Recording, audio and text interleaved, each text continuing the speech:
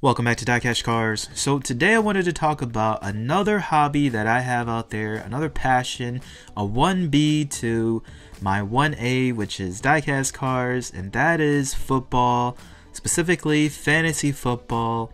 And it's pretty rare to ever combine multiple hobbies or multiple passions that you have together, but fortunately I have a very smart group of friends, and we've all come together and collaborated to create a fantasy football Hot Wheels league.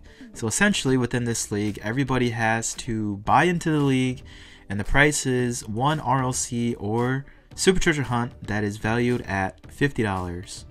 So if you don't know much about fantasy football, I'll give you a quick rundown. So essentially they're leagues consisting of 10 to 12 people, and each one of those players will select real NFL football players to develop a dream team of sorts. Each one of those players that you select from the actual NFL from a week-to-week basis will score points, whether it's the quarterback throwing touchdowns, wide receivers catching passes and gaining yards, or running backs running the ball and getting ground yards, defensive players getting sacks on quarterbacks, etc. They're all tallied up, and you go head-to-head with other players within your league to see who wins. So it's essentially football, but in a digital format that you can play against your friends, and you're basically picking up players from random teams to create your own personal team, if that makes any sense. So if you haven't joined a fantasy football league before, I highly recommend it. It just makes game watching that much more enjoyable. But besides the point, I was in a 12-man league this year. Me and 11 other of my buddies, we all put in a buy-in $50 value Super Treasure Hunt RLC piece, and we set the league scoring to half point per reception. And the other great thing about this year was that I was the number 2 pick within the draft. I mean, you always want higher draft picks just because that means that you have a better opportunity to get better players that have higher projections, point scoring, etc. So the number 1 pick this year, obviously everybody's number 1, that in all honesty turned out to be a bust, was Jonathan Taylor. I was the number 2 overall pick, and it's kind of a crapshoot this year during the draft. I think a lot of people were looking for some of the younger rookie standout players like Justin Jefferson or Jamar Chase, but I went the complete opposite route. I went old trustworthy Cooper Kupp from the 2021 World Champions Los Angeles Rams. I mean, I just personally felt like he was the main target, the focal point on that team. Matthew Stafford was his quarterback, and Matthew Stafford has a history of singling in on one target. I mean, back in Detroit when he was still playing for the Lions, he would single in on Megatron all day, every day. So I figured nothing's going to change this year. It's going to be Cooper Kupp all day. And then round 2 comes along, and I pick up Mark Andrews. So again, really shooting for that positional advantage, going after tight ends. Round 3, I go right after Josh Allen. So rounds 1, 2, and 3, I don't pick up a single RB. So if you know anything about fantasy football, running backs are always the bread and butter when it comes to the draft, because they're the players that have guaranteed touches, 10 to 15, so you definitely want to get bell cows within your team to get those guaranteed touches. Touches turn into opportunities, opportunities turn into scoring. But I went 0 RB the first 3 rounds, which is pretty risky. I mean, that right there probably throws out my odds of winning the entire league. And the funniest thing, at the end of my draft, I got a D+ grade for my players, and not totally surprised by that, because again, I went 0 RB the first 3 rounds, and everybody was scooping up RBs left and right. So I took a little bit of a gamble, and hopefully it pays off. And then jumping right into the first week, I mean, my team looked great. My real superstars really was Josh Allen. I mean, he was consistently putting up 30 to 40 points every game. Mark Andrews really came to life earlier in the season, you know, consistently getting 15 to 20 points every game. I mean, my running backs really weren't that bad. Devin Singletary, Dameon Pierce started to come to form kind of, you know, towards that first quarter of the season. DK Metcalf was a big standout just because Geno Smith out of nowhere became a superstar quarterback.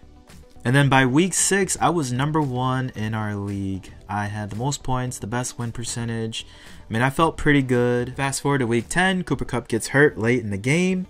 Goes on IR. I don't have him for the rest of the season. I guess it really wouldn't have mattered anyways because Matthew Stafford got hurt a couple games later too. So that's when the Rams essentially started to tank throughout the year. But start week 11, reality starts to sink in.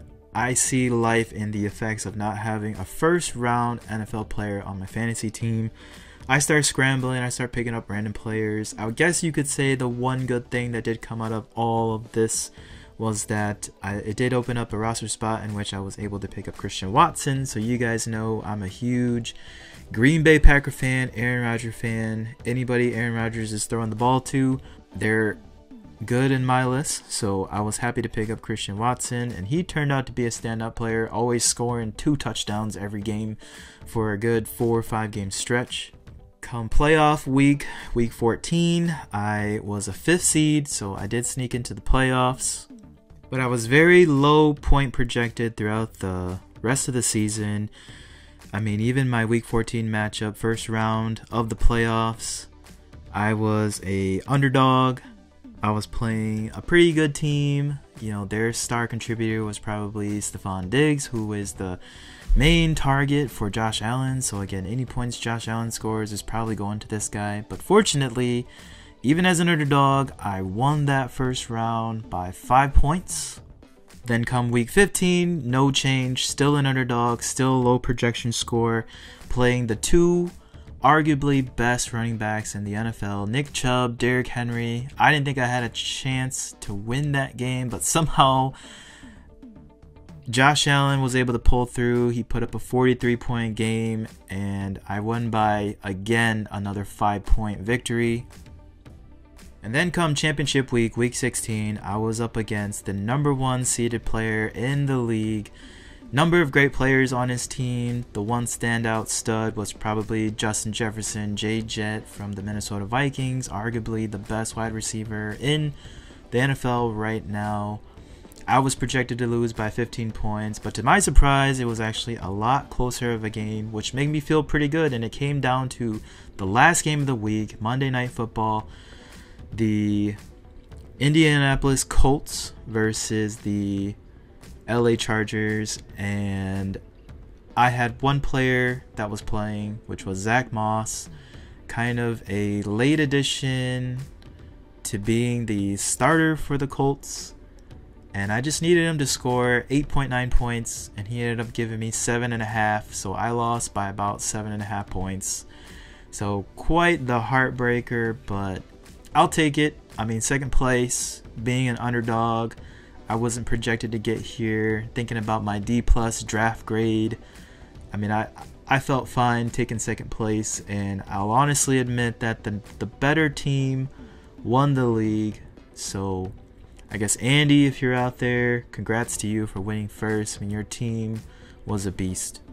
So again, the first place winner got to pick 8 Super Treasure Hunts. These are actually the 7 cards that he picked out of the pool of cards that we all used as entry into the league. So most notable, he got the R34 Super Treasure Hunt.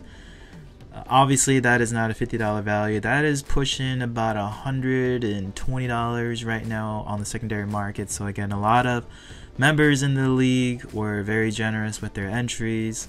Also picked up an FK8 Super Treasure Hunt and a bunch of notable RLCs. And there's only 7 here because I think he also took the option of just taking straight up $50 cash.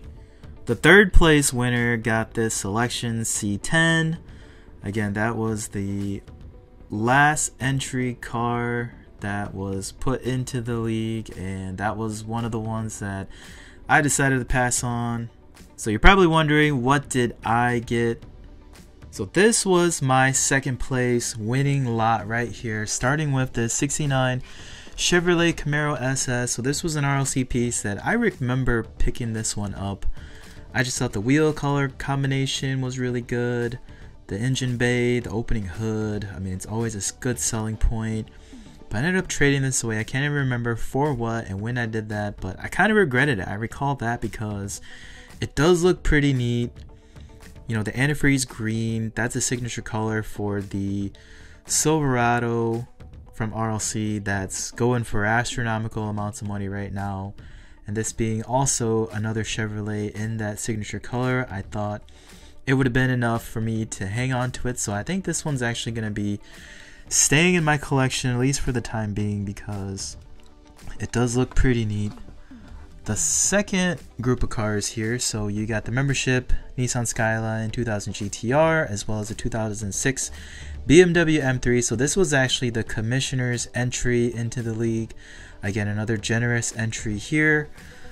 That's why I really only won 3 lots, but I got 4 cars. But each one of these cars goes for about $40 a piece. And then the last car that I got was actually my own entry into the Fantasy Football League, Mazda Rx7 Super Treasure Hunt. Currently right now selling for about that $50 mark, but this is one of those underrated Super Treasure Hunts that I think exists out there today. It's a 90s era JDM. I mean, it's pretty clean. It's in this Baltic blue, which is an actual color for the FD.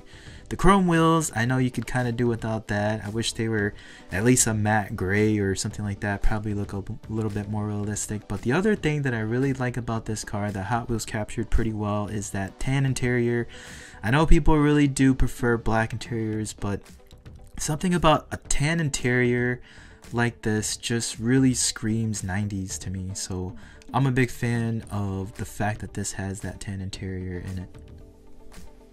But overall, not a bad haul. I entered in a $50 Super Treasure Hunt and I was able to get back about $190 in total value of cars after coming in second place in that Fantasy Football League.